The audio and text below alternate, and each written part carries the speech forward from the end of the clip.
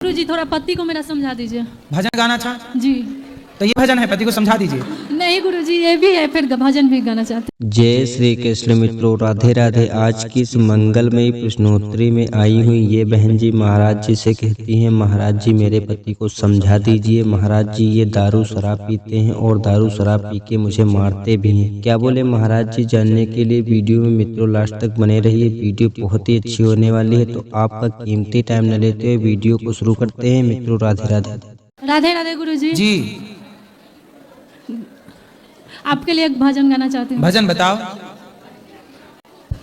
बोलो बोलो। गुरुजी थोड़ा पति को मेरा समझा दीजिए। भजन गाना चाह जी। तो ये भजन है, पति को समझा दीजिए। नहीं गुरुजी ये भी है, फिर भजन भी गाना चाहते हैं। अच्छा पहले पति को समझाएं फिर भजन होगा। पति नहीं समझाएंगे तो नहीं भजन होगा। चलो बात कराओ पति को। पति आपके कारण भजन रुका है, जल्दी आओ। राधे राधे गुरुजी। क्या नाम है आपका? मनोज कुमार। तो शराब पीते हो? नहीं सर, पहले पीता था अपने। और अब नहीं पीते? पहले मैं बहुत पीता था, बाद में इन्होंने आपका कथा भेजना स्टार्ट करा जब मैं यहाँ रहता था बाहर में। तो मैं पहले बार आपका कथा देखा तो लोग ऐसे बकवास करता है, हटाओ। धीरे धीरे मैंने 2-4 बातें गौर करा, आपका अच्छा लगा। फिर सुनते सुनते अब तो अंडा तक नहीं खाता। वाह। अब पहले ऐसा था कि ऑफिस से निकलता था, एक ले लेता था, घर पे गया, खाना खाया नहीं खाया, अपना मारा सो गया। चलिए अब देखो आप कितना अच्छा सुनते सुनते धीरे धीरे अब तो आपसे गुरु मंत्र भी ले लिया। अब सब मुर्गा मछली अंडा कुछ भी नहीं खाता। चलो अच्छा है। अब देखो पैसे बचा के बच्चों का, अपने परिवार का भविष्य, जिंदगी अच्छे से जियो। इन चीजों के लिए कोई दिक्कत नहीं है, पूछ लो। पैसे मैं जॉब करता हूँ प्राइवेट कंपनी में। ठीक है। तो क्या दिक्कत है पत्नी को आपसे? अरे ऐसे ही गुरुजी नहीं, अभी भी आपसे बात कराई, उस समय से सुधर गए हैं, लेकिन अभी भी मारपीट करते हैं कभी का। काहे मारा मत करो, पत्नी को बात कराओ। मारते नहीं है, ये ऐसे ही फालतू में कभी कभी ज्यादा बोल जाती है। चुप रह जाओ तो फिर कहती है बोलती नहीं, और फिर बोलो तो कहती है उल्टा बोलता है। फिर क्या करे बताओ? मारते हो? अब नहीं, हर महीने तो यहाँ लाता हूँ, मारता कभी नहीं हूँ। अभी 15 दिन पहले लाया था, फिर आज 5 दिन हो गया। जब कहती है जब लाता तो है। मैया वो नहीं बोलते तो आप बोलती हो बोलो, और वो बोलते हैं तो कहती है ना काहे बोलते हो? नहीं गुरुजी झूठ बोल रहे हैं। नहीं बोलते झूठ। अपना आप भी ना बोलना, वो भी ना बोलेंगे झूठ, सच्ची बोला करो। और अब नहीं मारेंगे वो, अब नहीं मारना भैया। समझा दीजिए गुरुजी, समझा दीजिए आप। पक्का वचन दो कि नहीं मारोगे पत्नी को? नहीं मारेंगे पक्का? गुरुजी, पक्का। आपसे हाँ, गुरु माँ कसम। दक्षिणा लिया, माँ कसम। नहीं मारूंगा। पहले जब कर इतना बिगड़ा हुआ था तो सुधर गया आपके कथा से। हाथ ही निकल गया, पूंछ बची है। इतना बिगड़ा आदमी इतना सुधर गया, फिर भी संतुष्टि पहले तो नहीं। मैं घर का फोन भी नहीं उठाता था, 2-2 साल तक रहता था। बात कराओ पत्नी को। घर का भी फोन नहीं उठाता। मैया इतना बिगड़ा पति इतना सुधर गया, संतुष्टि नहीं है। प्रभु जी आपके चरणों में प्रणाम।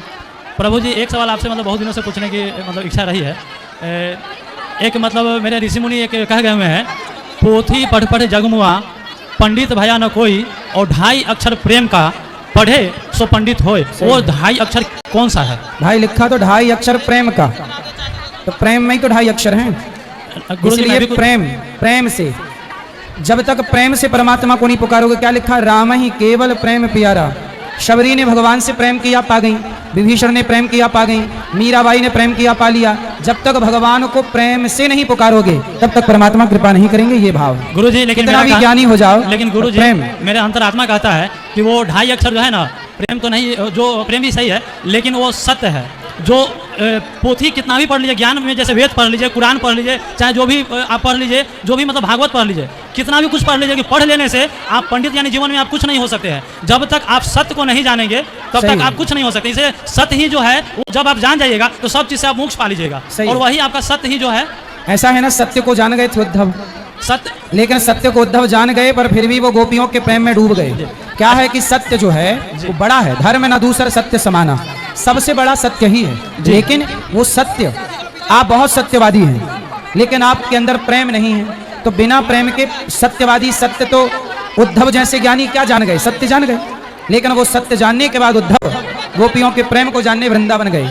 सर मेरा मानना है गुरुजी कि सत्य को अगर हर एक इंसान जान जाए, सही है, तो फिर कभी गलत मार्ग पे वो भटकेगा ही नहीं। सही है। और सत्य को जान लेना भी बढ़िया है, जानना ही चाहिए। अच्छा गुरुजी, एक और सवाल है, धर्म क्या है?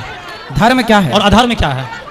शास्त्र जो कहते हैं, शास्त्र जो आज्ञा देते हैं, शास्त्रों की आज्ञा पर चलना धर्म है। शास्त्रों की आज्ञा का, वेद की आज्ञा का उल्लंघन करना अधर्म है। माँ बाप की सेवा करना धर्म है, सेवा ना करना माँ बाप की अधर्म है। समाज की सेवा करना धर्म है, भूखे को भोजन, प्यासे को पानी पिलाना। दया धर्म का मूल है, पाप मूल अभिमान। सबसे बड़ा धर्म है दया। धर्म न दूसर सत्य समाना, सत्य ही धर्म है, और परहित सरिस धर्म नहीं भाई। सबसे बड़ा धर्म है परोपकार, समाज की सेवा। सेवा ही सबसे बड़ा धर्म है। गुरु जी मेरा मानना है अंतरात्मा से कि धर्म जो है ना वो सत्य कर्म है और अधर्म जो है वो कुकर्म है। जो भी आप मतलब एक ही बात है बेटा, वही बात है जो आप कह रहे हो, वही बात कही गई। गुरु जी जैसे कि आप सत्य, अच्छा गुरु जी एक और सवाल है कि अभी मतलब कलयुग चल रहा है, ठीक है, और इसके बाद सुनने आ जाता है कि सतयुग आएगा कलयुग के बाद, लेकिन कलयुग और सतयुग में मतलब क्या अभी अंतर है जो सतयुग नहीं आ पा रहा है, जो कलयुग का मतलब अभी ये है? कलयुग में पाप ज़्यादा है, जब सतयुग आएगा तो पाप कम हो जाएगा। कलयुग के आखिरी में भगवान प्रकट होंगे, कल की भगवान सारे पाप को नष्ट करेंगे और धर्म की स्थापना करेंगे, और धर्म जो है वो फलेगा फूलेगा। अधर्म का बिल्कुल नामो निशान जरा रत्ती भर रह जाएगा, कम मात्रा में। जहाँ सत्य धर्म ज्यादा है वो सतयुग है, जहाँ झूठ कपट छल ज्यादा है वो कलयुग है।